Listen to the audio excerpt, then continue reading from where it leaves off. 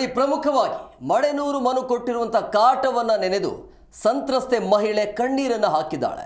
Ji Kannada news ಜೊತೆ exclusive ಆಗಿ ಮಾತನಾಡಿರುವಂಥ ಮಹಿಳೆ. ಅಂದರೆ ಆರಂಭದಲ್ಲಿ ಎಲ್ಲವೂ ಚೆನ್ನಾಗಿರುತ್ತೆ, ಹೋಗ್ತಾ ಹೋಗ್ತಾ ಯಾಕೆ ಬೇಡ ಅನ್ಸಾರೋ ಗೊತ್ತಿಲ್ಲ. ಆದರೆ ಈತನಿಗೆ ಒಂದು ಮುದ್ದಾಗಿರುವಂಥ ಹೆಂಡತಿ ಇರ್ತಾಳೆ, ಸುಂದರವಾಗಿರುವಂಥ ಹೆಂಡತಿಯನ್ನು ಬಿಟ್ಟು ಬೇರೆ ಕಡೆ ಕಣ್ಣು ಆಡಿಸೋದು ಅಥವಾ ಬೇರೆ ಕಡೆ ನೋಡೋದು ಈ ಥರ ಯಾಕೆ ಮಾಡ್ತಾರೋ ಏನೋ ಗೊತ್ತಿಲ್ಲ. ಪಾಪ ಒಂದು ಮೊದಲ ಸಿನಿಮಾ ರಿಲೀಸ್ ಆಗಿತ್ತು, ರಿಲೀಸ್ ಆದ ದಿನವೇ ಒಳಗಡೆ ಹೋಗಿದ್ದಾನೆ.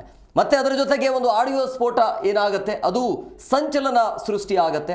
ಶಿವಣ್ಣನ ಬಗ್ಗೆ ಮಾತನಾಡಿದ್ದು, ದರ್ಶನ್ ಬಗ್ಗೆ ಮಾತನಾಡಿದ್ದು, ಧ್ರುವ ಸರ್ಜಾ ಅವರ ಬಗ್ಗೆ ಮಾತನಾಡಿದ್ದು, ಇದೆಲ್ಲವನ್ನ ನೋಡ್ತಾ ಈತನಿಗೆ ಯಾಕೆ ಬೇಕಾಗಿತ್ತು ಅಂತೇಳಿ ಅಪರೂಪಕ್ಕೆ ಯಾವುದೋ ಒಂದು ಸಿನಿಮಾ ಸಿಕ್ಕಿದೆ, ಅದನ್ನು ಸರಿಯಾಗಿ ಮಾಡ್ಕೊಂಡು ಹೋಗೋದು ಬಿಟ್ಟು ಈಗ ಅವರೇ ಈ ರೀತಿಯಾಗಿ ಸಂಕಷ್ಟಕ್ಕೆ ಸಿಲುಕಿಕೊಂಡಿದ್ದಾರೆ. ಇದು ಬಹಳ ಇಂಪಾರ್ಟೆಂಟ್. ಅದರ ಜೊತೆಗೆ ಆ ಸಂತ್ರಸ್ತೆ ಮಾತನಾಡಿರುವಂಥ ವಿಚಾರ ಇದೆಯಲ್ಲ, ಖಂಡಿತವಾಗಿ ಕೂಡ ನಮಗೂ ಕೂಡ ಬೇಸರ ಆಗುತ್ತೆ. ಆರಂಭದಲ್ಲಿ ಪ್ರೀತಿ ಪ್ರೇಮ ಅಂತ ಹೇಳಿದಾಗ ಎಲ್ಲವೂ ಸರಿ ಹೋಗುತ್ತೆ, ತದನಂತರ ನೀನು ದಪ್ಪ ಹಂಗೆ ಹಿಂಗೆ ಅಂಥೇಳಿ ಕೆಲವೊಂದು ವಿಚಾರಗಳನ್ನ ಪ್ರಸ್ತಾಪ ಮಾಡೋದು ಇದೆಯಲ್ಲ, ಸಹಜವಾಗಿ ಅದು ನೋವಾಗುತ್ತೆ. ಸೊ ಈ ರೀತಿಯಾಗಿ ಮಾಡೋದು ಯಾಕೆ ಅನ್ನುವಂಥ ಪ್ರಶ್ನೆ, ಜೊತೆಗೆ ಯಾರೆಲ್ಲ ತಪ್ಪು ಮಾಡಿದ್ದಾರೆ ಅಂಥವರಿಗೆ ಸರಿಯಾದ ರೀತಿಯಲ್ಲಿ ಶಿಕ್ಷೆ ಆಗಬೇಕಾಗತ್ತೆ. ಆಯಿತು, ನಾವು ಹೇಳ್ತೀವಿ ಬಡವರ ಮಕ್ಕಳು ಬೆಳಿಬೇಕು ಅಥವಾ ಬಡವರನ್ನ ತುಳಿಯುವಂಥ ಕೆಲಸ ಆಗ್ತಾ ಇದೆ ಅಂತೇಳಿ. ಒಂದು ವೇಳೆ ಇದು ಸತ್ಯ ಆಗಿದೆ ಆದಲ್ಲಿ ಸಹಜವಾಗಿ ಆತನಿಗೆ ಅಂತೂ ಶಿಕ್ಷೆ ಆಗಲೇಬೇಕಾಗತ್ತೆ. ಶಿವಣ್ಣನ ಬಗ್ಗೆ ಮಾತನಾಡಿದ್ದು ಯಾರನ್ನು ಅದನ್ನು ಯಾರೂ ಕೂಡ ಒಪ್ಕೊಳ್ಳೋದಿಲ್ಲ. ಬಟ್ ಆ ಸಂತ್ರಸ್ತ ಹೇಳ್ತಾ ಇರುವಂಥದ್ದು ಸ್ಫೋಟಕ ಹೇಳಿಕೆ, ಅದು ಆಕೆಯ ಮನೆಯಲ್ಲೇ ಆತ ಹೇಳಿದ್ದಾನೆ ಅಂಥೇಳಿ.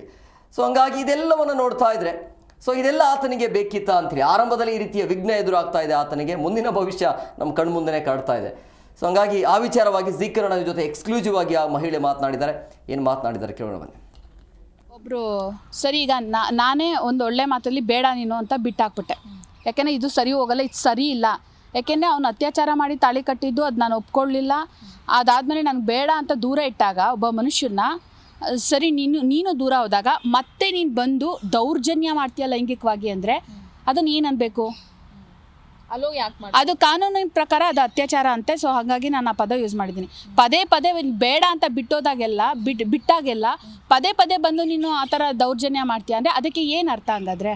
ಆ ಅರ್ಥದಲ್ಲಿ ನಾನು ಹೇಳಿದ್ದೀನಿ ಅಷ್ಟೇ ಮ್ಯಾಮ್. ಇವಾಗ ನಿಮಗೆ ಈಗ ಅವ್ರ ಫ್ರೆಂಡ್ಶಿಪ್ ಬೆಳೆಯುವಂಥ ಸಂದರ್ಭದಲ್ಲಿ ಈಗ ನಿಮ್ಮನ್ನು ಮದುವೆ ಆಗ್ತೀನಿ ನನ್ನ ಹೆಂಡತಿ ಅನ್ನೋ ಥರನೇ ತಾಳಿ ಕಟ್ಟಿದ ವಿಡಿಯೋ ಕೂಡ ವೈರಲ್ ಆಯಿತು ಅವರು ಸಿನಿಮಾ ರಿಲೀಸ್ ಆದ ಬಳಿಕ. ನಿಮ್ಗೆ ಅವ್ರಿಗೊಂದು ಮದುವೆ ಆಗಿದೆ, ಮಗು ಇತ್ತು, ಅವ್ರ ಸಂಬಂಧ ಯಾಕೆ ಬೆಳೆಸ್ಕೊಬೇಕು ಅಂತ ಅನಿಸ್ತು ನಿಮಗೆ ಅಂತ ಹೇಳಿ? ಮೇಡಮ್, ಸಂಬಂಧ ಬೆಳೆಸೋ ಆಸೆನೂ ಪಟ್ಟಿಲ್ಲ, ಮತ್ತು ಅವ್ನು ಈ ಥರ ಅಂತ ಕನಸಲ್ಲೂ ಯೋಚನೆ ಮಾಡಿರಲಿಲ್ಲ ನಾನು.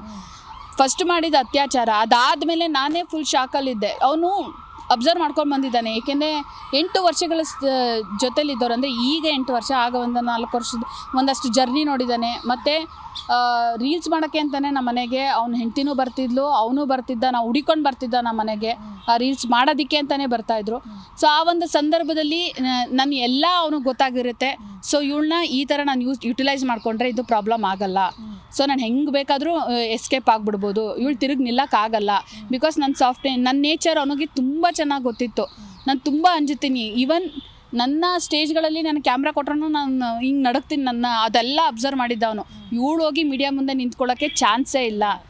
ಆ ಒಂದು ಇಂಟೆನ್ಷನ್ ಇಟ್ಕೊಂಡು ಅದನ್ನೆಲ್ಲ ನನ್ನನ್ನು ಯುಟಿಲೈಸ್ ಮಾಡ್ಕೊಂಡ. ಅದಾದಮೇಲೆ ನಾನು ಒಪ್ಕೊಳ್ಳಿಲ್ಲ. ಅವ್ನು ಅತ್ಯಾಚಾರ ಮಾಡಿ ಆಡಿಯೋ ನೀವು ಲಾಸ್ಟಲ್ಲೂ ಕೇಳಿಸ್ಕೊಂಡಿರ್ಬೋದು, ನಾನು ಇದನ್ನು ಒಪ್ಕೊಳ್ಳಲ್ಲ ಅಂತಲೇ ಅವತ್ತಿಂದನೇ ಹೇಳ್ಕೊಬಂದಿದ್ದೀನಿ. ಬಟ್ ಅವನು ಒಂದಷ್ಟು ಕೊಟ್ಟ ರೀಸನ್ಸು, ನನ್ನ ಹೆಂಡತಿ ಪ್ರಾಬ್ಲಮ್ ಅದೆಲ್ಲ ಒಂದಷ್ಟು ರೀಸನ್ ಕೊಟ್ಟ, ಸರಿ ಇಲ್ಲ, ಅದಕ್ಕೂ ಸಾಕ್ಷಿ ಇದೆ. ಅಯ್ಯೋ, ಪ್ರತಿಯೊಂದಕ್ಕೂ ಸಾಕ್ಷಿ ಕೊಡ.